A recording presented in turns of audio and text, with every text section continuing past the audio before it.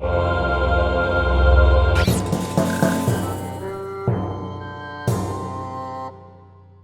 fellow foreigners. It's Emily and it's Peter, and we're not here discovering China. We're living in it, baby. It's exciting that we have so many subscribers are trickling in almost every day. Just a little bit here and there, a little bit there. So hello, everybody. It's great to have you along. If you've been here for the long haul, then that's even better. We're getting up to that point where we're starting to look at that 1,000 subscriber mark, which is I wrote in my notes looming 1,000, but then my handwriting's not good, and I've been studying Chinese all morning, so I read it as luoming, which I don't know what that means. But we're heading for a benchmark. We're heading that way, and it's exciting. Not so much. I mean, first of all, subscribe if you're not subscribed. We've had a few people. Patrick Freeman of also a vlogger down a stone's throw away in Chongqing pointed out that he got unsubscribed, and then we noticed a few other people got unsubscribed. So how exciting for us! We're reaching that mark where YouTube or the government starts to or mess something with us. starts plucking away. You know, I'm beginning to think that this YouTube venture is not fully as organized as it should be. It might be half-baked. Yeah. But does that mean we've hit some kind of mark? It should be a bad thing. So I guess that's why 𝗲𝗂 always says resubscribe. Oh. I don't know what all this is about. Subscribe and resubscribe. Yep, subscribe, resubscribe, re-comment, everything you want to do, because we're getting excited about hitting that mark. Not because, we're not going to do I guess the big exciting part is that you're going to get monetized. And that's not what we're going to do. Correct. If we ever reach 1,000. Because we're allergic to making money. Yeah. If we reach 1,000, then maybe we'll get into talking about what all that is, because there's a lot to talk about. Oh my God. But we're excited about it because just reaching that amount of people means that we have something that people are interested about, and Yeah, I don't know 1,000 people. Yeah, and we're at an exciting point with the China vlogger niche of, we're a little more alternative voice, a little less dad rock, a little more like punkle foreigner. I like it. That we have, we've got a lot of, we are a studio. Mm-hmm. I'm a graphic designer, art director, illustrator, we're musicians. We have lots of things that we do. I'm a bon vivant, a girl about town. We have lots of things that we do, and so we're looking at, once we get past 1,000, maybe that's where we start to put in some merc in there. Yeah. I love a t-shirt. Me too. And we got tons of designs. Again, as an illustrator and a designer, I've spent my entire life making that kind of stuff. So we've just been waiting for the right time. This is. So if you want our faces on your chest, you may be in luck. This is art. We do it as art, but it's also, if it's going to be a business, our studio is a business, and we do want to have a product. It's not just we're not just asking you to give us money for our opinions. So we have a product, and we've got plenty of ideas for it, and we've got albums and things way beyond that. We're much larger. On our Bandcamp. Yeah, but to get that stuff rolling, we're looking at that 1,000 mark is where we start hitting that point of let's find some t-shirts out there.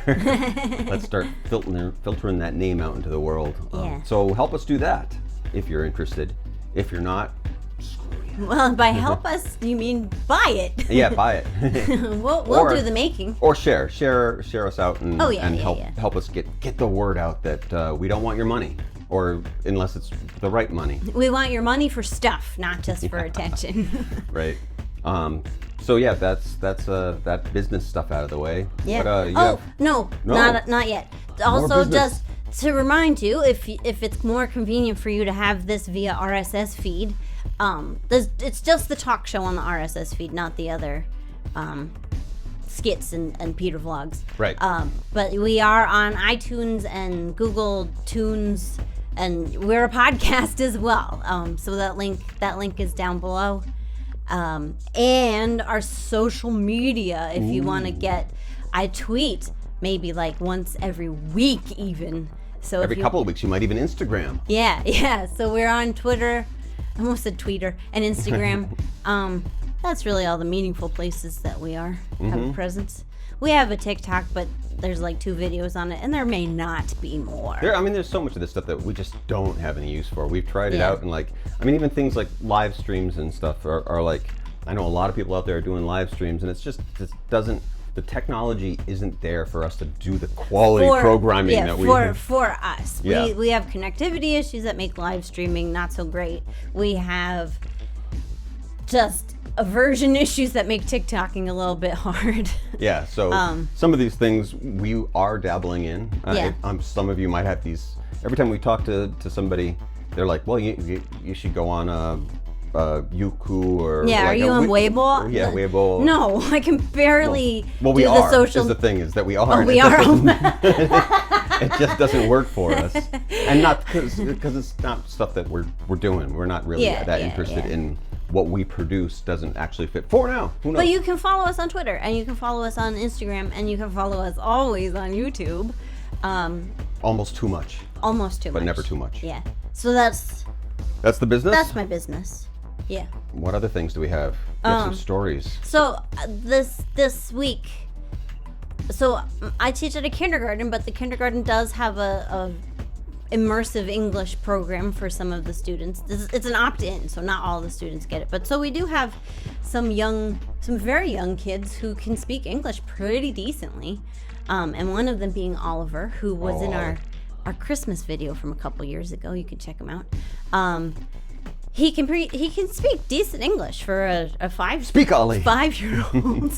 I don't know if he knows his name could be Ollie. But he's not in my class, but I know him. We know each other. Yeah, he's a guy. He's a guy. He knows me. So on the way out of school, he was just hanging out waiting for his mom also works at the school, so he's hanging out waiting for her to get done. And he button hooks me like, "Hey teacher, I heard what, or no, he asked me first because he knew I didn't go back to America during the COVID's, because his teacher did, and she wasn't able to come back. Come back, Zuri, we miss you.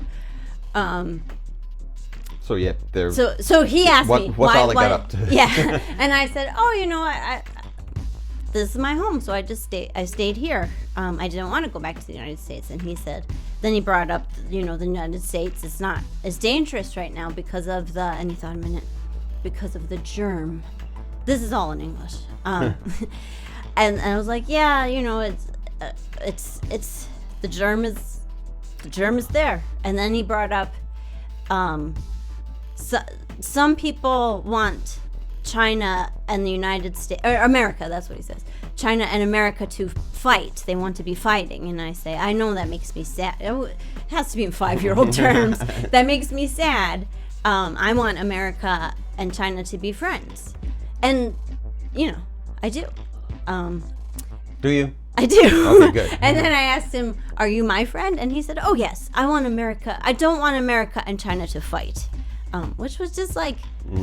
A sweet and upsetting little conversation to have on the way home from work. I mean, that's the thing. Like when we watch people complaining, crying, screaming, yelling, and not really even doing anything about that. Of what side are you on? Like, fuck sides. Yeah. Your side is you're there with a kid, spending every day hanging out, and he says at his age, I don't want to fight. Yeah, which I wonder. Why is he paying so much attention to the news? Yeah, at 5, I was not paying attention to the news. The world's that much on fire. My surmise is that I know that his family had a trip to the United States planned for later this year that is now obviously off. And so if there was some explanation to him, why are we not going to America anymore? They could maybe talked about that. Yeah. Or so maybe he's like a little news hound. I don't know. Yeah. Either way, sorry about your trip, little guy. Yeah. But thanks for being my friend. You had another... Yeah, so we're going to get a little bit darker and political in a broad sense. So I have a light little anecdote for you that just happened to me this morning. So this morning I tried out a new Chinese tutor, which I've been teaching myself basically for 8 years. And so I have You've had a few sporadic teachers here, a little bit of school there. Or hey, part of your salary is Chinese lessons, so our receptionist will teach you Chinese, which It's part of the course. It happens a lot. Yeah. So today I met with a teacher, who is very good. But that's not what the story is about. What's the story about? So we met at a coffee shop, and so I got there first, so I ordered a coffee, and then when he got there, he ordered a coffee, and then we were wrapping up, and it's time to pay. I got in a bill fight. Ooh. That's the first time ever. Yeah, and I lost, and I was like, because this was a trial, and the custom is like the trial is free, so I wasn't paying for him for this lesson, and I said like we could just do half an hour, and we ended up doing an hour and a half. So I was like, I can at least buy your coffee for coming out to teach me today. Right. In the future, I will pay him for lessons, but today was free, so let me buy you coffee. And he's like, oh no. I'm like, yes. And there was like a point where like we were both at the table, and he started going for the cashier, where I like made the decision, like I'm gonna go too. I think I can push this.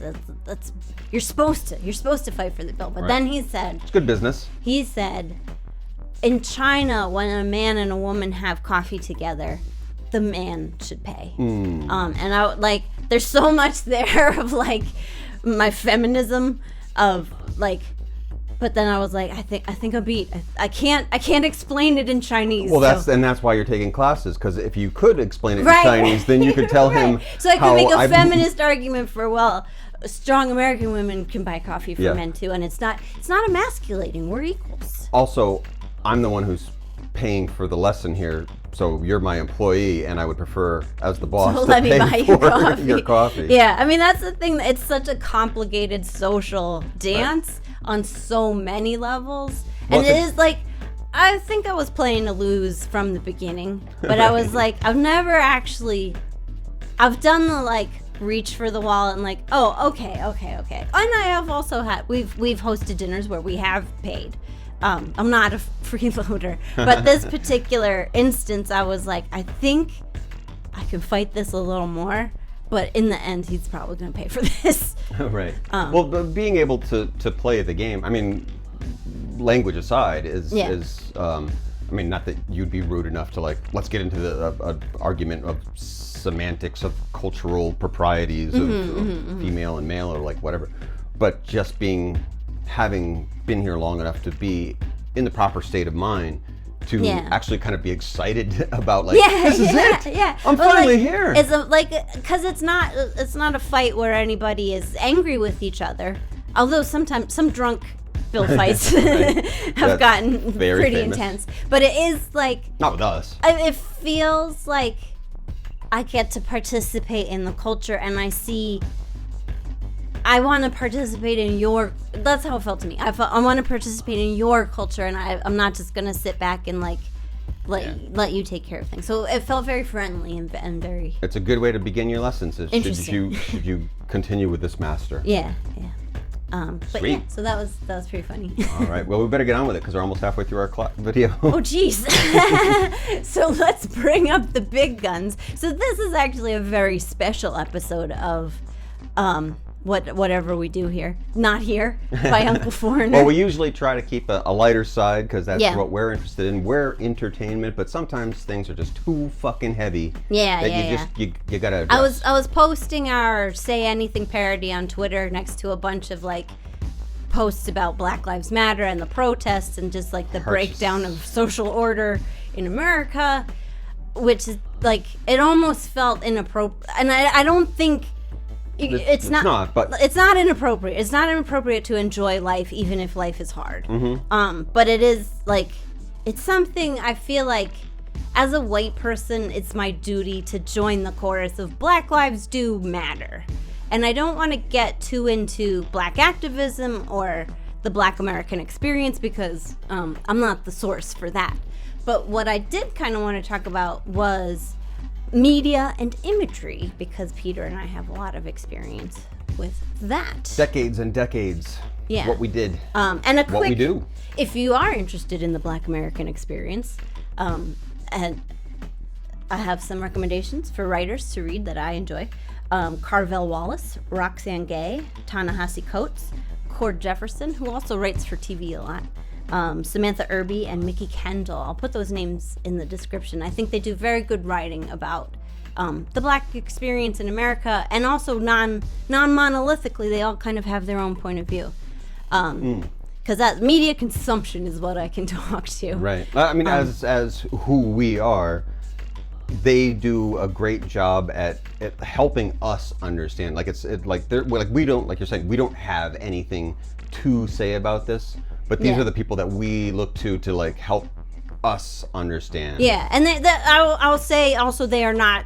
Some of them are activists, but some of them are not activists. So, but part of, and if you are yourself Black, I'm obviously not trying to educate you about your culture. Right. But in fact, help us out and put more names down in the comments. Yeah. If you want to recommend authors, media, movies, TV, definitely.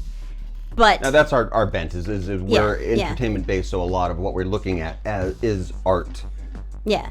But I think it's an important idea for white America to know that the Black experience is not monolithic, which sounds so obvious to say it out loud, but the way media treats it is very often that Black people live one life. But to kind of get into our area of expertise, yesterday Peter and I were talking a lot about photography and how to capture an image that represents the real world accurately, because it is a challenge. Even video, you do get change over time, but you still get a one-dimensional view on a three-dimensional world. For example, yesterday we were trying to get a good shot of a lot of people, and even though it was a super beautiful day out, super busy, we were looking at like how when you compose a shot, that if you're looking at a large scope, a lot of what you're seeing is pavement or trees. Right. There could be 100 people there, but unless they're here, it doesn't look like it on the screen once we put it in this little box. Specifically the challenge of capturing what looks like a crowded street, because the experience of a crowded street, once you take that one image, doesn't always look like a crowded And that's just what a lot of people are experiencing maybe for the first time, is understanding what that means when the media presents a thing to you and they show you what they captured. They waited around all day long. I mean, we worked with our photographers when we worked in the newsroom, that they would be out all day long looking for that one shot to bring back to us that we could put in. And they maybe would have taken 100 shots that day. And so, I mean, they went to school to figure out what is that one best shot. And so all that planning has gone into showing you what our point is. When basically I kind of stood around all yesterday kind of like going like, where is everybody? Well, and like I also had this experience when I wrote about COVID for the Washington Post, not the Washington Post, the New York Post, a vastly different organization. I also took photos to go with that article, and the photos I wanted to, knowing that the New York Post has a somewhat right-leaning bent, and they are looking for a sensational photo, not just like all photography should be striking, otherwise why are we looking at this photo? But I wanted to get a photo that captured accurately what the scene felt like. But so I went out for like 2 days and like tried to get crowds wearing masks, or I tried to get, grocery store workers with their face shields, and it was hard to find it all together. And then I would see stuff like a grocery worker pulled their mask down to like scratch her face, but like it's not actually responsible, like that's not representative of the day, like, oh, they're taking their masks off, like she needed to scratch her face, which is maybe not the best hygiene, but she's allowed to scratch her face. But if that was the one image that went with my story, it kind of distorts the truth of what's happening. The classic of taking that one shot of the fat story, and you wait for like a big belly to go by, and you just get that one ass shot of being like the America, one ass. Yeah, and that, well, you can't take it of their face because then you unwillingly make this fat person the face of fat America, which is like not fair. Right. There's a lot of fat people. There's a lot of skinny people. All bodies. All people have bodies. The face of skinny America. The face of judgy America. Yeah. So And I want to say that this is different from, all media manipulates the truth. It's just a fact of capturing a 3D world in a two-dimensional image is that there are actually active choices being made. And those active choices are being made by people who are not objective gods looking down from the heavens. Reporters are people too, and they have their own explicit and implicit biases, and which is important to bring with you when you consume media made by these people. And that's just the mainstream. We've gotten to a point now where the mainstream isn't even, I mean, it's so far out of the mainstream. It's so like this upper, like, creme brulee of uselessness that like mainstream is now creme brulee of uselessness. that mainstream media is every Tom, Dick, and Harry on YouTube or Twitter that is giving you these uneducated photos, these uneducated commented opinions. That, I mean, some of them are very smart too, but I mean, like when the right ratio of the amount of people that are out there going like, it's time for me to tell my voice because mainstream isn't telling that, like, you are mainstream already. Like, and nothing that you're saying is actually new or interesting. It's stuff that I studied like when I was 13 years old, growing up in the Reagan era. What's going on with the government now? I'm gonna push back on that. Okay, fight. That Twitter is both a blessing and a curse. And the ways in which it is a blessing maybe outweigh the ways in which it's a curse. I don't know. We as a society are still figuring that out. But like, so it's all magic and for mojo, example, if everybody's if all the mainstream outlets are running with pictures of protests from Minnesota of like one garbage can on fire, you have to question of like, why did they all get Minneapolis is a big city. Right. They all were here getting this one image. It was a very important trash can. Yeah. Versus like on Twitter, I saw photos and videos of like a little community barbecue stand of like let's keep the protesters fed. Here's free water for people, who are going out and having their voice heard. And depending who's posting that picture, that's either sexy or not sexy. Right. And that it is. People who have traditionally been shut out of the mainstream, for example, non-white people in America, they do have access. If the mainstream isn't going to cover them, they have access to get their stories out. And I think that's a positive. What's negative is if they are not versed in journalism, if they don't have ethical interests at heart, you also can do a lot of damage or spinning or lies or just like misguided truth. Right. And I don't have specific examples for that, but I'm sure you can go find some. I mean, it's hard not to, but I feel like we both actively try not to. Like you run into these things in Twitter, on Facebook, but then any kind of like news facility that you pass by is going to have these flashing lights of like trying to get your attention to whatever is upsetting you. It does upset us, but we actually have the training to try to ignore it. Right. Is maybe something that actually helps me throughout the day. You brought up yesterday, there was this picture I still haven't seen, but of the zombie train picture. Which, like, absent any context, I have no idea what that means. Does that mean like there is an active zombie invasion in New York City? Like, I don't know how to interpret that image. Right. I don't know how to interpret the description of that image because I haven't even seen it. Well, by the time, even as much as it sounds like a very powerful image, but what does it mean? By the time these images are distributed into a Facebook kind of world where people are just posting it and they're going like, fucking yeah, zombie apocalypse. And you're like, what is this about? I don't even know. Am I upset? Like, is this really, are those real people even? Is this the new movie? I'm totally psyched for like a new Resident Evil movie. Yeah, this is viral marketing. Yeah. It's too confusing of a world to just rely on like sensationalism, which is why on any kind of mainstream, like it's not just like, screw these Twitter people or something like that, as opposed to media. Like media is not a great place where just because people went to school for it doesn't mean that they're good at it or they're ethical or anything like that. Yeah. And there's also, like, even with the best intentions, especially television news, there's so much pressure to fill the time so that that you can run more advertising. And so that's the reason why your local news goes to commercial with, is something in your kitchen slowly killing you? Stick around and find out. Join us after 1,000 subscribers when we don't monetize. Yeah.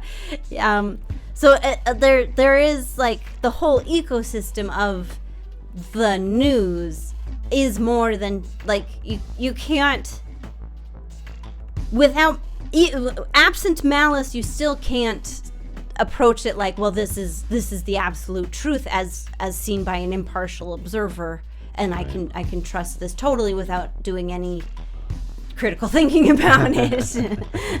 As much as I can squeeze out of my brain. I mean, like, the difficulty of this, I felt like was to put it, like, in the most simple terms of, like, it's hard to show emptiness in a photo because emptiness looks like nothing. If you want to show an empty street, you're actually better served if there's, like, one person walking through your shot. And so it, like, these are the elements of design and composition. As an artist, as a painter, as a comic book artist, like, that's everything that I studied was these stark images is how you, icons, even like a Nike logo, like everything is like defining something with one element that will draw your eye to it. And nothing about that is accidental. The more minimalist, actually, probably the more thought that went into it. Yeah, even a picture of a billion people is not a picture of a billion people. It's a picture of a billion people. You're not focused in on one person or something. Unless, well, where's Waldo or something? Yeah, unless that one person is very significant. Right. Like Waldo. Right. So, like, it's always focused in on, like, what is the picture that I'm trying to tell you. Is an iconic. That's what you're looking for. You're looking for that symbol, which is iconography and, like, things that are very dangerous and flags that you're worshiping ideals that could be dangerous. Or So be careful of watching the news. That's why representation is powerful. But yeah, so I just wanted to get that off my chest, I guess. If all you're hearing is a steady stream of, they're violent, they're blah, blah, blah, they're blah, blah, blah, remember that violence is an attractive story. And remember that the one instance does not represent the whole, which is, that's the argument we accord to the police, is that one bad apple doesn't ruin the bunch, despite the fact that in reality, if you have a bad apple in a bunch, the rest of them, that rot spreads. So it's not a great metaphor, but that we can accord that to the police, and Black Lives Matter. Some Black lives are also police. I think I just wanted to. My heart is pretty heavy. It's a tough time. It's a tough time. And that's why we didn't do any overt jokes. We don't have a game today. But we'll be back later on the week. Please remember that there's people at the heart of all of this, and that everyone's having a tough time, and that America has a freaking racist history, and our institutions are still very racist, and even just getting some people to admit that it shouldn't be this hard. So we wanted to put our voice on the pile, I guess. Hashtag no racism is always down at the bottom of our little hashtags. But so try do what you can do. Do what you can do. And do better. And just think and love. I don't know. I got a noodle stew. One love. Goodbye.